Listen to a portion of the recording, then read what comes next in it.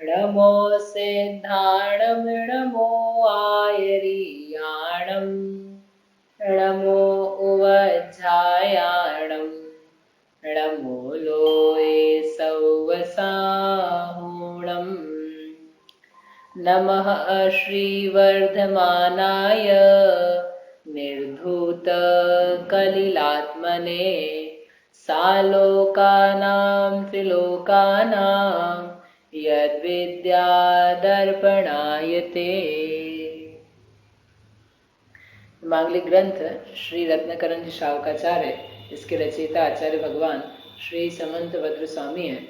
इसमें अंतिम अधिकार में अंतिम श्लोक हैं प्रतिमाओं के, वो अपन ने पूरे किए।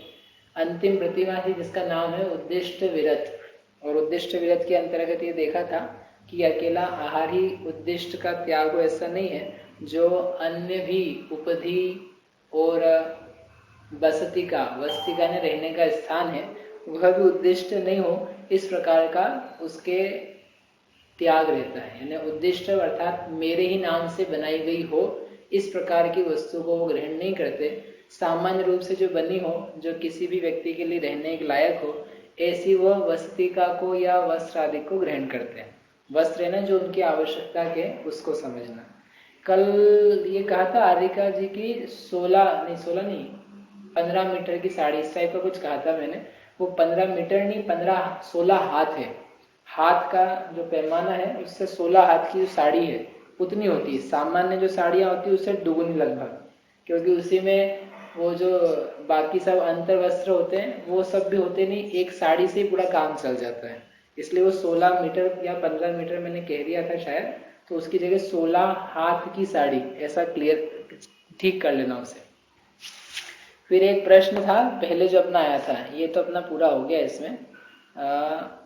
कल एक प्रश्न था कि वो जो है भोजन का, कि ग्रंथ में लिखा है कि जो मुनिराज है उनसे आरिका 7 हाथ दूर रहे, उपाध्याय से 6 हाथ दूर रहे और आचार्य से 5 हाथ दूर रहकर वंदन करे।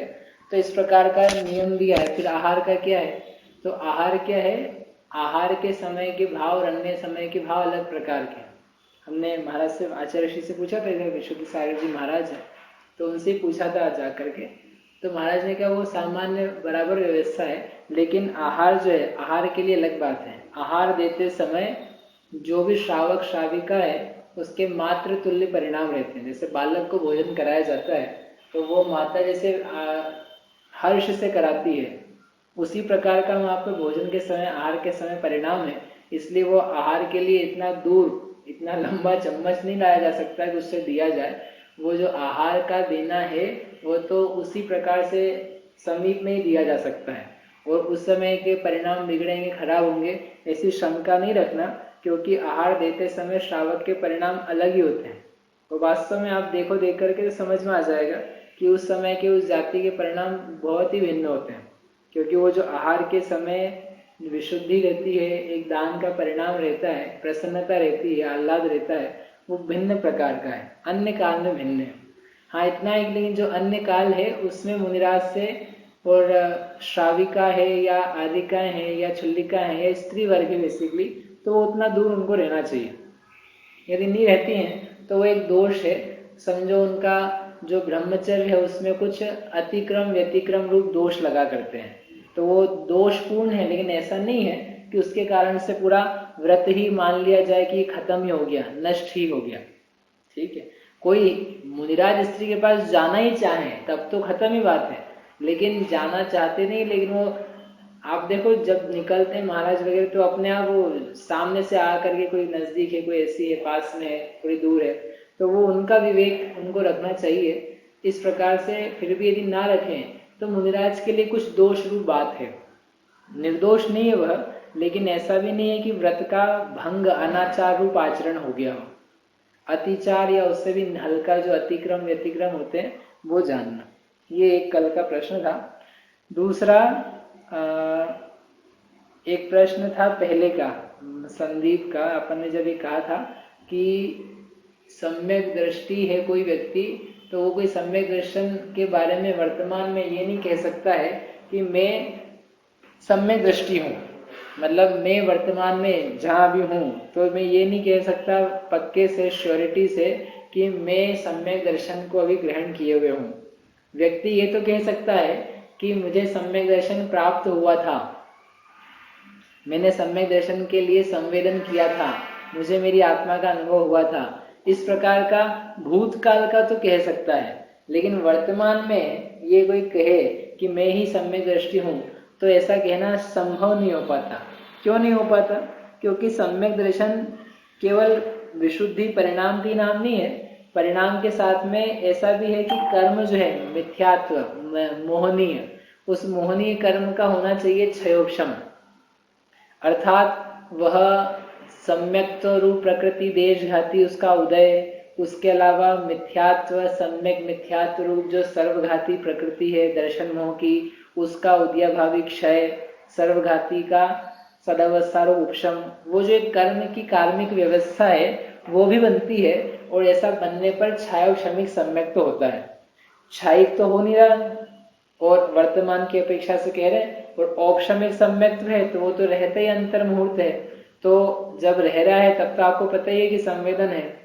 और छायिक उसकी बात नहीं है, बच्चा छायोक्षमिक, तो छायोक्षमिक होने के लिए मुझे अभी वर्तमान में मिथ्यात्व का उदय चल रहा है कि मुझे सम्यक्त प्रकृति का उदय चल रहा है, ऐसा पल पल का ज्ञान किसी भी छद्मस्य के नहीं पाया जाता कि मैं हर पल ये कर्म को देख पाऊं। अपने परिणामों को देखा जा सकता है, तो परिणाम जो है वो तो एक मिथ्या दृष्टि के भी सम्यक दृष्टि जैसे हो सकते हैं। जो भेद विज्ञान कर रहा है, भेद विज्ञान करता हुआ, स्वपर के भेद की भावना भाता हुआ और राग आदि को घटाता हुआ जो जीव है, तो उसके परिणाम भी सम्यक दृष्टि जैसे हैं। तो उस परिणाम मात्र को देख करके हम किसी को, हम दूसरे के नहीं, अपने लिए कह नहीं सकते कि मेरे परिणाम शरीर से भिन्नता रूप चल रहे हैं, अपनी आत्मा में मुझे एकत्व है, मैंने शास्त्र से भी जाना है और मैंने अनुभव भी किया था, इसलिए मुझे शरीर से भिन्नत्व की प्रतीति चल रही है। ऐसा अपन नहीं कह पाएंगे। मोटे रूप में भले कहो आप, चरणानुयोग से कहो सम्यक दृष्टि, कोई दिक्कत नहीं है, लेकिन वास्तव में सम्यक दृष्टि है ऐसा कोई भी सम्यक दृष्टि वर्तमान के लिए नहीं कह सकता। समझना, हम ये नहीं कह रहे भूत के लिए नहीं कह सकता, भूत में किया होगा तो वो भले कहे उसको, लेकिन वर्तमान का नहीं कह सकता। ये हमने उस दिन विषय रखा था, अब इसको एक्सप्लेन किया। अब इसमें कोई प्रश्न हो आपको तो आप पूछ सकते हो कि ऐसा कैसे होगा, क्योंकि वो कह रहे कि एक एक पल में चीजें बदल सकती है, एक एक पल में सम्यक दर्शन मिथ्या दर्शन बदल सकता है। तो आप कैसे कहोगे कि अभी सम्यक दर्शन है कि मिथ्या दर्शन है? भैया, हाँ भैया, जैसे ना मेरा छत्र छात्र को स्थान होते हैं तो उनको पता रहता है ना कि छत्र छात्र को स्थान ऊपर नीचे हो जाए तो उनके परिणाम बढ़ रहा है उस समय, तो उनको आईडी पता तो रहता है ना किसका। मुनिराज भी है, छठे सातवें गुण स्थान में झूल रहे हैं, तो छठे सातवें गुण स्थान में झूलने का मतलब क्या है? हाँ, कि मतलब उनके परिणाम है वो जो तारीख महीना उदय है वो छठवें गुण स्थान रूप हो रहा है, सातवें गुण स्थान रूप हो रहा है, ऐसा। छठवें सातवें गुण स्थान रूप परिणाम ऐसे कर्म वाले अपने को दिख जाए वैसे नहीं कहते हैं। सातवां गुण स्थान यानी ऐसा है कि जो संजुलन कषाय है उसका मन उदय, उसको कहते हैं सातवां गुण स्थान। और संजुलन को के तीव्र उदय हो तो उसको कहते हैं छठवां गुण स्थान। ठीक है, अब इतने में परिणाम उनके निर्मल ही चल रहे हैं। हाँ। तो निर्मल होते हुए उनके मिथ्यात्व का उदय आ गया। गुण स्थान कौन सा है? छठा। और परिणाम कैसे हैं? मिथ्यात्व के हो गए, मिथ्यात्व रूप प्रकृति का उदय आ गया। उनको खुद को नहीं पता है कि मिथ्यात्व का उदय आ गया है। रोतने ये मोक्षण प्रकाशक जी है उसमें लिखा है, और उसमें लिखा है ना, शास्त्र में लिखा है कि कोई मुनिराज है, श्रेणी चढ़े, श्रेणी चढ़ के 11वें गुण स्थान में पहुंचे, पूर्ण कषायों का अभाव, पूर्ण वीतरागता, ध्यान में बैठे हुए हैं। फिर उत्तरोत्तर नीचे आना चालू हुए, क्योंकि 11वें से गिर के नीचे आते हैं। 11वें से आए 10वें में, 10वें से आए 9वें में, 9वें से आए 8वें में, 8वें से आए 7वें में, 7वें से आए 6ठे में। तो यहाँ तक तो ठीक है, अब 6ठे में आ गए। अब परिणाम और भी उनके इस प्रकार से संश्लेषित हुए कि बाहरी रूप से मुनिव्रत ही है, ध्यान रूप अवस्था में ही है, परंतु मिथ्यात्व रूप कर्म का उदय आ गया। वो कर्म का उदय आ गया तो उनके मिथ्यात्व अवस्था बन गई। लेकिन ऐसा नहीं है, कैसा कि उनको पता लग जाए कि मैं मिथ्या दृष्टि हो गया, क्योंकि अंतर मुहूर्त की तो बात है ये। इतनी देर में तो अभी तो उस वीतरागता का ही विचार कर रहे हैं, वीतरागता के आनंद में है, मतलब उसी का स्वाद चल रहा है। इतने में तो मिथ्यात्व के उदय आ चुके हैं, तो स्मृति में अभी तो वर्तमान की जो स्थिति है उसको जान ही लेंगे, ऐसा कोई जरूरी नहीं मुनिराज के लिए भी। और ये तो अपन ने उपशम श्रेणी की बात कही, कोई पहले गुणस्थान से सातवें गुणस्थान को प्राप्त करता है औपशमिक सम्यक्त्व के साथ, और सम्यक्त्व के साथ प्राप्त किया और प्राप्त करके औपशमिक सम्यक्त्व रहता है अंतर मुहूर्त के लिए, और तत्काल किस में आ गए, पुनः मिथ्यात्व में आ गए, मिथ्या दृष्टि हो गए। तो मिथ्या दृष्टि हो गए तो उनको ये पता भी नहीं कि मिथ्यात्व के उदय आ गए और मैं वर्तमान में मिथ्या दृष्टि हूँ। इसलिए हर कंडीशन में अपन ये नहीं कह सकते कि इनको अपने छठे सातवें का और मिथ्यात्व में जाने का पता चलते ही रहेगा। कारण ये है कि इनको हम सीधे परिणामों से नहीं तोड़ रहे हैं, कर्म के उदय उनकी तरफ से भी तोड़ रहे हैं, और वो बराबर उसका माप है। परिणाम अकेला माप नहीं है, क्योंकि परिणाम तो मिथ्या दृष्टि के भी सम्यक दृष्टि जैसे और सम्यक दृष्टि के भी मिथ्या दृष्टि जैसे कदाचित हो सकते हैं। पहले गुणस्थान में भी शुक्ल लेश्या होती है अत्यंत भद्र, और चौथे गुणस्थान में भी कृष्ण लेश्या होती है, क्रूर परिणाम हो सकता है। समझ में ही बात। फिर भी जो पुरुषार्थी हैं तो वो यही कहेंगे, जैसे अमृतचंद्र आचार्य, कुंद आचार्य देव, तो वो कहते हैं बड़े पक्के से, और उनके कहने में कोई दोष भी नहीं है, क्योंकि वो तो बार बार परिणामों को संभालते हुए बार बार पहुंच भी रहे हैं स्वानुभव में। वो कहते हैं कि हमारा मोह नष्ट हुआ है और अब पुनः पैदा नहीं होगा। तो ये अत्यंत पुरुषार्थ में और एक प्रबलता से, वीर के उल्लास से कही गई बात है। लेकिन सैद्धांतिक रूप से आप देखने जाओगे तो हम बार बार कहते रहे मुझे अभी भी सम्यक दर्शन है, मुझे अभी भी सम्यक दर्शन है, ऐसा कहना एक सामान्य व्यक्ति के लिए शक्य नहीं है। ठीक है। लब्धिसार ग्रंथ है, उसमें उन्होंने कहा कि औपशमिक सम्यक तो प्राप्त हुआ, तो प्राप्त होके बस इसके मिथ्यात्व प्रकृति का उदय आ गया, इसलिए मिथ्या दृष्टि हो गया, और कुछ नहीं हुआ। क्या हुआ, मिथ्यात्व प्रकृति का उदय आया इसके। क्यों आ गई उदय में, और ये क्या बन गया, मिथ्या दृष्टि बन गया। मनीष जी आपका ना माइक जो है वो म्यूट कर लो, वो ऑन है।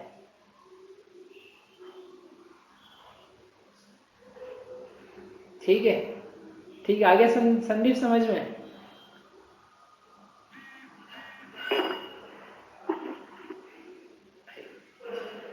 चलिए अब अपन पढ़ते हैं आगे। आगे है ये प्रतिमा हो गई सारी, प्रतिमाओं के बाद में अब इसमें है समापन, कि समापन में धर्म किस प्रकार का है, धर्म का क्या फल है, जीव का शत्रु कौन है, मित्र कौन है, इसको बताती हुई सुंदर गाथा है, वो अपन पढ़ते हैं।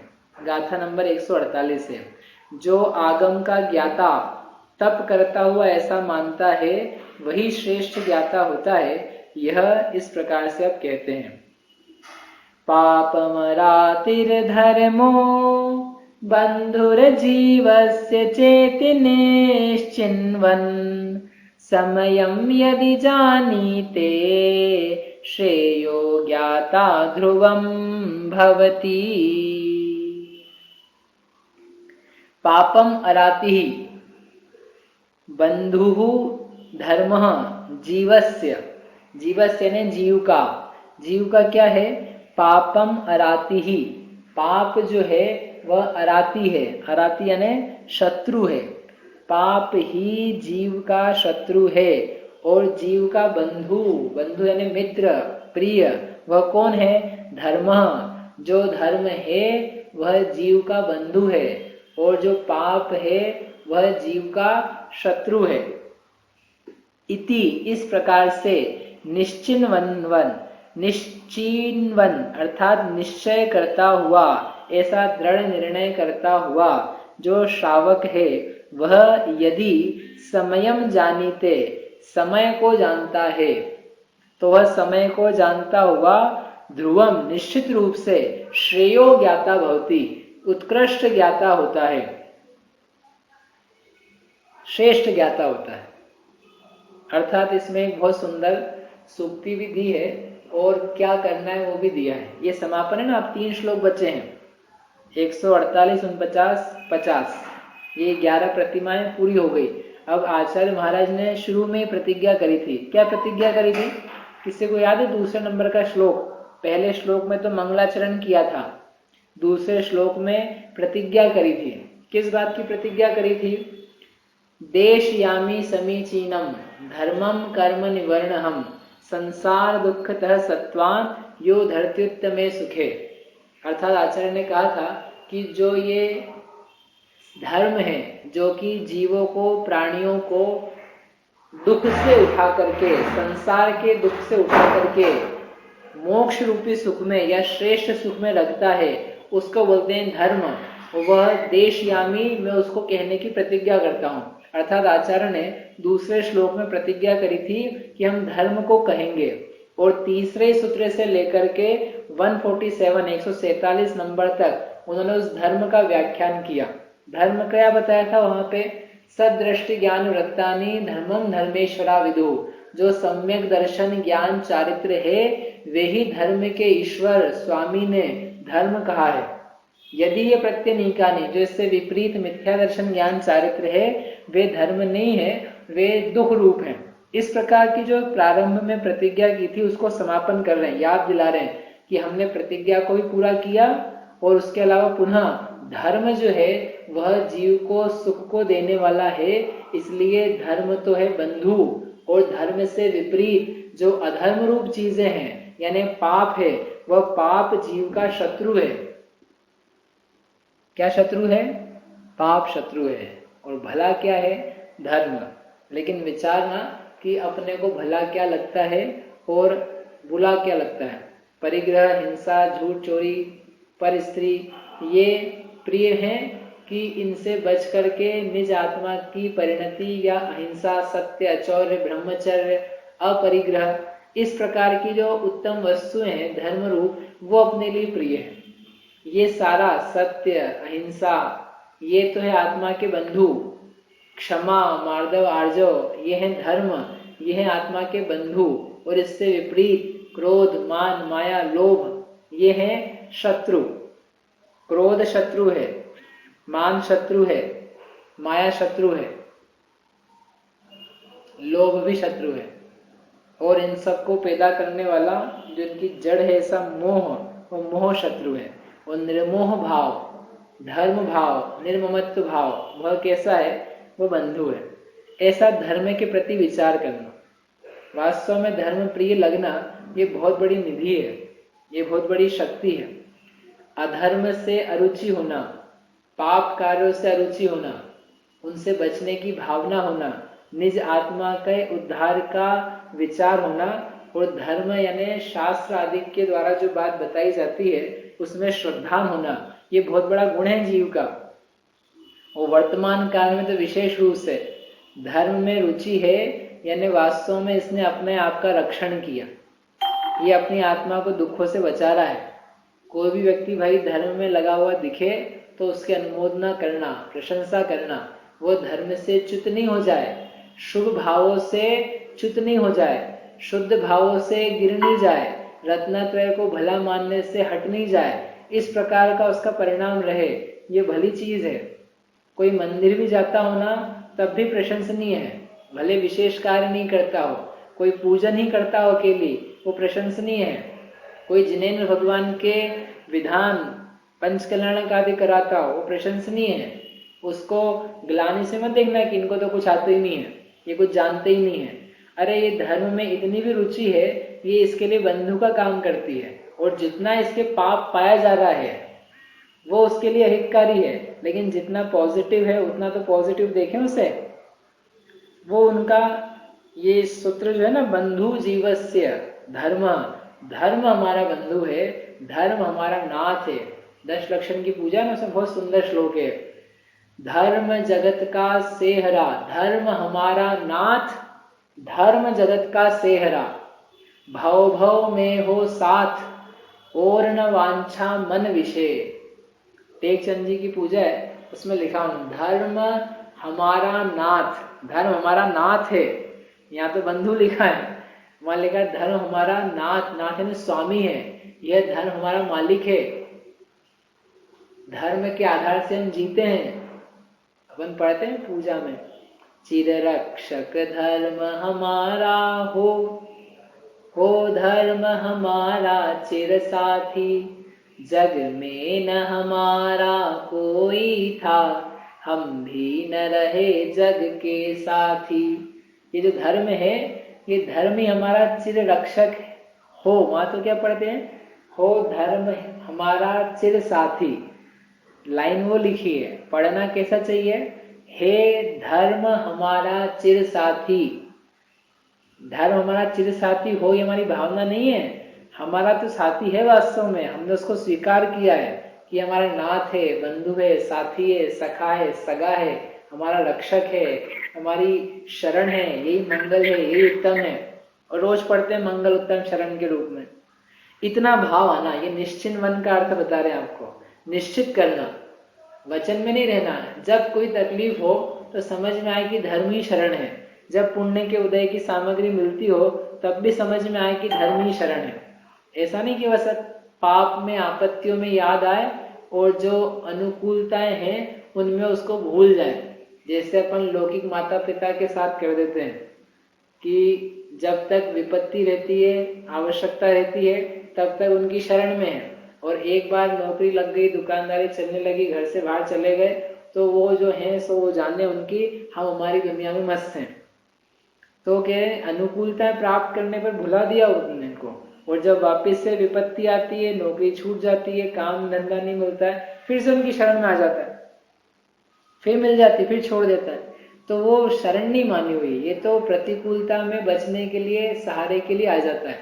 ये धर्म ऐसा है कि तुम्हें समझ में आए प्रतिकूलता में तो शरण सहारा है ही, बंधु है ही, लेकिन बंधु वो होते हैं जिनसे हम अनुकूलता में भी मिलते हैं। मित्र होते ही नहीं अपने फ्रेंड्स से कब मिला जाता है, जब हमारे पास अनुकूलता है, वैभव संपत्ति है, तब तो हम उनके पास रहते ही हैं। लेकिन जब प्रतिकूलता आती है तब भी हम उनके पास जाते हैं, उनसे सलाह लेते हैं, उनसे सहायता लेते हैं, और जब अनुकूलता रहती है तब भी उनके साथ रहते हैं। इसका मतलब बंधु वो होता है जो दोनों परिस्थितियों में हमारे पास हो और हम उसके पास हों।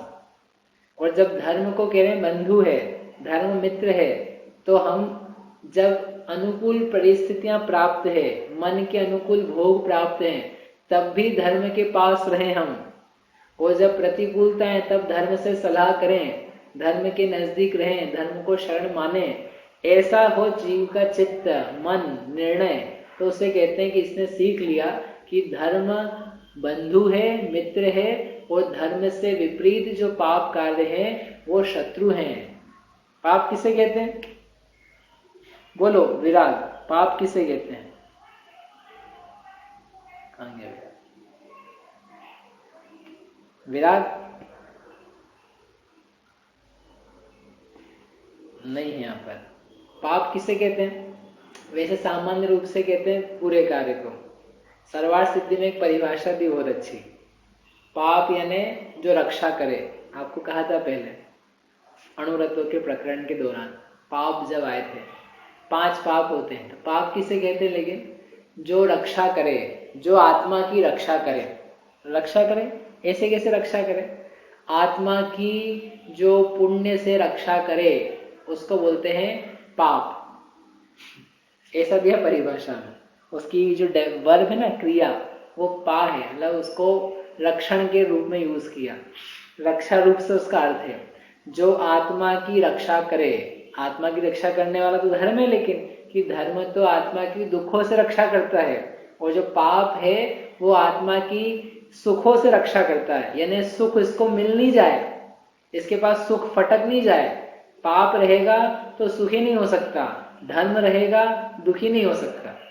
ये पाप ऐसा है, उसमें डेफिनेशन में है उसकी, जो इस जीव को सुखी ना होने दे, जो जीव की पुण्य से, धर्म से, स्वानुभव से, कर्म के क्षय से रक्षा करे, इन कार्यों को नहीं होने दे, उसे कहते हैं पाप। ऐसा वो जो पाप है वो शत्रु है, पाप परिणाम शत्रु है, दुख का भाव है। ऐसा जीव ने निश्चय कर लिया, और निश्चय करके क्या करता है, यदि निश्चय करने मात्र से काम नहीं चलेगा, ये प्रारंभिक श्रद्धान की बात है। अब और क्या करना, समयम यदि जानीते, यदि समय को जानता है।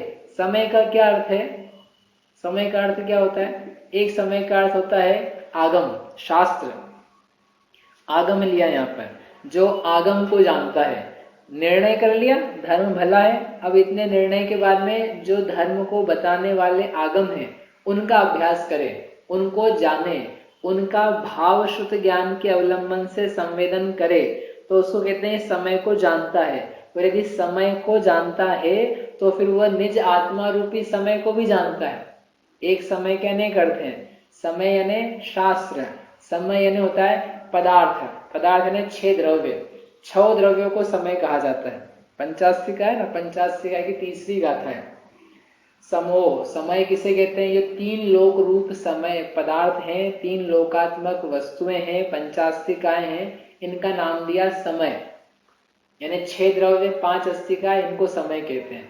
तो समय को जान करके समय को जानना, यानी आगम को जान करके इस अर्थ समय को जानना। 6 द्रव्य में जीव, उद्गल, धर्म, अधर्म, आकाश, काल, इनको जानना, इसको बोलते हैं समय से समय का जानना। और आगे और जाएंगे तो समय का अर्थ होता है आत्मा, जो एक ही भाव से गमन करे, परिणमन करे, एक साथ सबको जाने, उसको कहते हैं समय। ऐसा समय सार जी में दिया है, समय सार में दिया ना समय। समय यानी जो आत्मा है उसका नाम ही समय है, आत्मा को ही समय कहते हैं। ऐसे समय को जो जानता है, कैसे जानेंगे ऐसी आत्मा रूपी समय को, पदार्थों रूपी समय को जान करके आत्मा रूपी समय को जानते हैं। तो 3 समय हो गए अपने पास। कौन कौन से 3, पहला है आगम, दूसरा है पंचास्तिकाय, और तीसरा है आत्मा। इसको अन्य भाषा में कहो तो ये 3 प्रकार के समय कहे जाते हैं, शब्द समय, अर्थ समय और ज्ञान समय। कौन कौन से दिए फिर से, पहला कौन सा है, शब्द समय। शब्द समय यानी शास्त्र, शास्त्र यानी द्रव्य श्रुत, दिव्य ध्वनि भगवान की उपदेश, उसको बोलते हैं शब्द समय। उस शब्द समय के द्वारा जो बताया जाता है उसका नाम भी समय है। वह समय है पदार्थों का समूह, यानी 6 द्रव्य, बिल्कुल सरल भाषा में 6 द्रव्य, यानी वे अर्थ समय है। और उस अर्थ समय को जाना क्यों जा रहा है, तो आचार्य कहते हैं ज्ञान समय की प्रसिद्धि के लिए, यानी ये ज्ञान स्वभावी आत्मा है और ये पर द्रव्यों से भिन्न है, यह स्वतत्व है, बाकी सब पर है। ऐसे ज्ञान स्वभावी आत्मा, ज्ञान समय, उसकी प्रसिद्धि, प्रकटता के लिए, अपने ज्ञान में वो सिद्ध हो जाए, इसके लिए इस ज्ञान समय को हमने प्रकट करने के लिए अर्थ समय कहा। इसके लिए वाक्य दिया कुंद कुंद स्वामी ने, मैं शब्द समय का व्याख्यान कर रहा हूं जिससे अर्थ समय को जान करके ज्ञान समय की प्रसिद्धि हो। कुंद कुंद आचार्य ने नहीं दिया, टीका में अमृतचंद्र आचार्य ने दिया है, इस तीसरी गाथा की टीका में, पंचास्तिका में। शब्द समय के द्वारा ज्ञान अर्थ समय को बता करके ज्ञान समय की प्रसिद्धि चाहते हैं। तो ये इतना क्यों बता रहे हैं, ये यहाँ पे समय आया ना, यदि समयम जानीते, यदि समय को जानता है। कैसे जानता है समय को, ऐसा, क्योंकि अनेक लोग क्या करते हैं, अकेला शास्त्र पढ़ते हैं, शास्त्र याद करते हैं, शास्त्र पढ़ के उनके शब्दों को याद करते हैं, लेकिन उसका जो भावार्थ है वह भावार्थ नहीं आता, वाच्यार्थ है वाच्यार्थ भी नहीं आता, स्वसंवेदन है वो तो कोसों दूर रहता है। और ऐसा रहने के कारण से हमें फल की प्राप्ति नहीं होती, रत्नत्रय प्राप्त नहीं होता। रत्नत्रय के लिए संवेदन चाहिए, स्वसंवेदन ज्ञान, वाचक शब्द से वाच्य का ज्ञान, भावार्थ समझ में आना चाहिए कि ये जो सूत्र कहा जा रहा है इसका भावार्थ क्या है। आई बात समझ में? ऐसा समय को जो जानता है वह ध्रुवम नियम से निश्चित रूप से श्रेयो ज्ञाता, श्रेयो यानी कल्याण, कल्याण रूप जो अपना स्वयं का आत्मा है वह ज्ञाता भवती यानी होता है, वह निश्चय से वास्तव में कल्याण का ज्ञाता हो जाता है, कल्याण रूप हो जाता है, अथवा सबसे अच्छा कल्याण यानी श्रेष्ठ भी होता है, श्रेष्ठ ज्ञाता हो जाता है। श्रेष्ठ ज्ञाता कौन है जगत में? जो सम्यक ज्ञानी है वही श्रेष्ठ ज्ञाता है, जिसको सम्यक दर्शन का अभाव है, समीचीन ज्ञान नहीं है, वह समीचीन ज्ञान के अभाव में भले खूब बड़ा विद्वान हो, लौकिक में बहुत सारा क्षेत्रम ज्ञान हो, फिर भी श्रेष्ठ ज्ञाता नहीं है। श्रेष्ठ ज्ञाता तो वही है भले 2 अक्षर का ज्ञान है, लेकिन स्वपर का भेद विज्ञान है, जिसे अपनी आत्मा को अपनी जानता है, पर वस्तुओं को पराया जानता है, ऐसा जानने वाला श्रेष्ठ ज्ञाता, ऐसा श्रेष्ठ ज्ञाता निश्चित रूप से बनता है। कौन बनता है? तो पहले की भूमि तैयार कर दी और भूमि के बाद में आगम का महल बना दिया। भूमि क्या बनाई? पापम अराती ही, पाप शत्रु है, धर्म बंधु है, ऐसा श्रद्धान, तो इसको बोला सम्यक दर्शन, ऐसा निश्चित किया ना, तो ये है सम्यक दर्शन। संयम यदि जानीते, यह हुआ सम्यक ज्ञान, और श्रेयो ज्ञाता यानी पूर्ण ज्ञाता बन गया अपनी आत्मा में लीन होकर के, ये हो गया सम्यक चारित्र। आत्मा में लीनता का नाम सम्यक चारित्र है, वही आत्मा की लीनता ज्ञातापने को प्राप्त कराती है, ज्ञाता होता है। तो ऐसा करके निश्चित करने के लिए जब कहा तो वो हुआ सम्यक दर्शन, अर्थात मेरे लिए धर्म ही श्रेष्ठ है, अन्य कुछ नहीं, ये सम्यक दर्शन, सही श्रद्धान। समय को जानना यानी आगम और अर्थ और ज्ञाता स्वभावी आत्मा को जानना, ये सम्यक ज्ञान, और जान करके लीन रह करके ज्ञाता, श्रेष्ठ ज्ञाता बन जाना, ये क्या हुआ? सम्यक चारित्र। इस प्रकार से सम्यक दर्शन ज्ञान चारित्र रूप जो हमने धर्म कहा था, उस धर्म का यहाँ पर समापन किया। अब इसके आगे ये धर्म मुझे क्या देवे, ऐसी आचार्य अंतिम मांगलिक भावना करते हैं, वो अपन कल करेंगे। उसके अलावा किसी को भी प्रश्न हो ग्रंथ को लेकर के तो आप पूछ लेना। 2 दिन है अपने पास, कल का और परसों का, उनमें ये रत्नकरणी करेंगे, अगले हफ्ते से फिर दूसरा ग्रंथ चालू करेंगे। ठीक है भैया?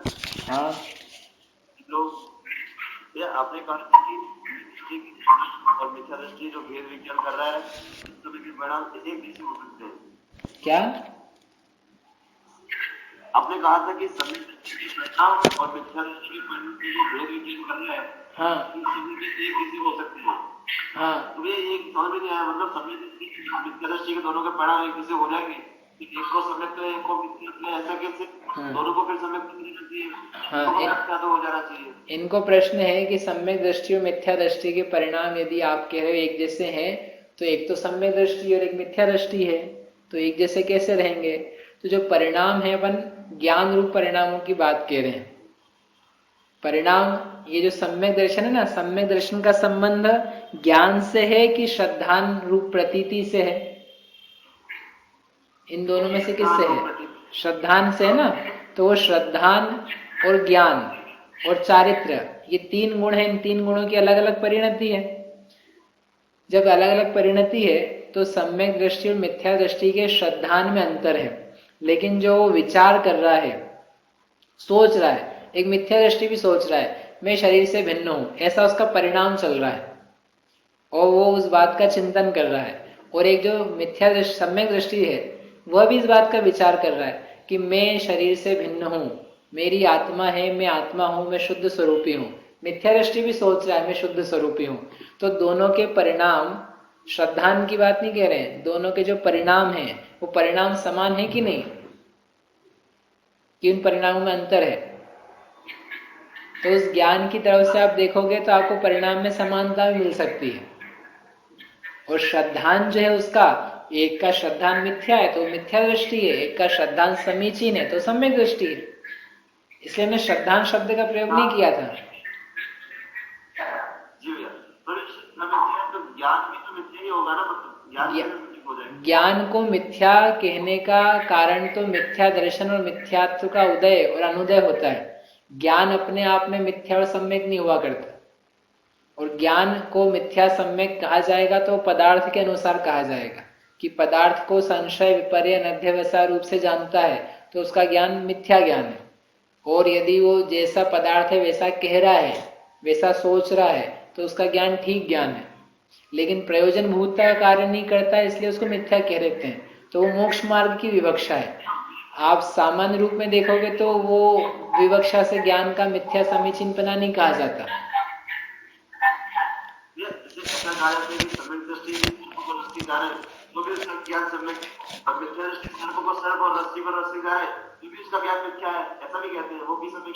तो वही कहा ना भी, ये मोक्ष मार्ग की अपेक्षा से अपन सम्यक मिथ्या की बात करते हैं कि मोक्ष मार्ग संबंधी ज्ञान मिथ्या नहीं है ना उसका, तो वह सम्यक ज्ञान है उसका।